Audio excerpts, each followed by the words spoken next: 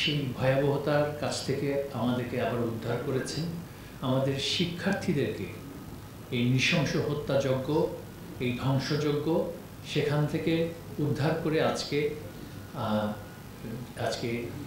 আইনশৃঙ্খলা রক্ষাকারী বাহিনীর সহযোগিতা এবং আমাদের সেনাবাহিনীর সহযোগিতা নিয়ে আজকে যে আইনশৃঙ্খলা পরিস্থিতির যে ব্যাপক পরিবর্তন হয়েছে, স্থিতিশীলতা আবারও ফেরত এসেছে এবং আমরা দেখতে পাচ্ছি সেই প্রতিক্রিয়াশীল উগ্র জঙ্গিবাদী গোষ্ঠী আজকে শিক্ষার্থীদের লাশের উপরে, শিক্ষার্থীদের এই ব্যাপক যে আহত হয়েছে তাদের সেই আত্মত্যাগের উপরে ক্ষমতা দখলের যে হীন নৃশংস ষড়যন্ত্র তারা করতে চেয়েছিল সেটা তিনি নস্যাৎ করে দিয়েছেন।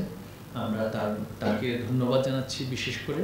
এবং আজকে সেই প্রেক্ষিতে আমাদের প্রিয় সম্মানিত শিক্ষক মণ্ডলী তারা আমাদের মাঝে এই শিক্ষা মন্ত্রণালয়ে এসেছেন। এই শিক্ষা মন্ত্রণালয়ে তাদের মন্ত্রণালয়ে একটু তারা সকলেই আমাদেরকে তাদের পরিচয় বলবেন গণমাধ্যমের সামনে।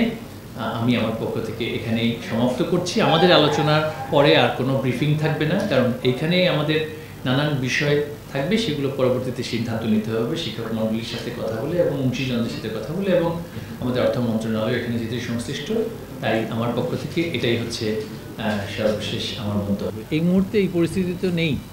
আবার যারা এখানে আপনি বলছেন নেমেছে কয়জন, কি হয়েছে, সেটা তো আমাদের এই মুহূর্তে তথ্য নেই। তথ্য পেলে আমরা জানাতে পারি। সেটা নিয়ে এখন আমি কোনো মন্তব্য করতে পারবো না। ক্যাবিনেটে কি নিয়ে আলোচনা হয়েছে সেটা ক্যাবিনেটের বাইরে আলোচনা করা যায় না।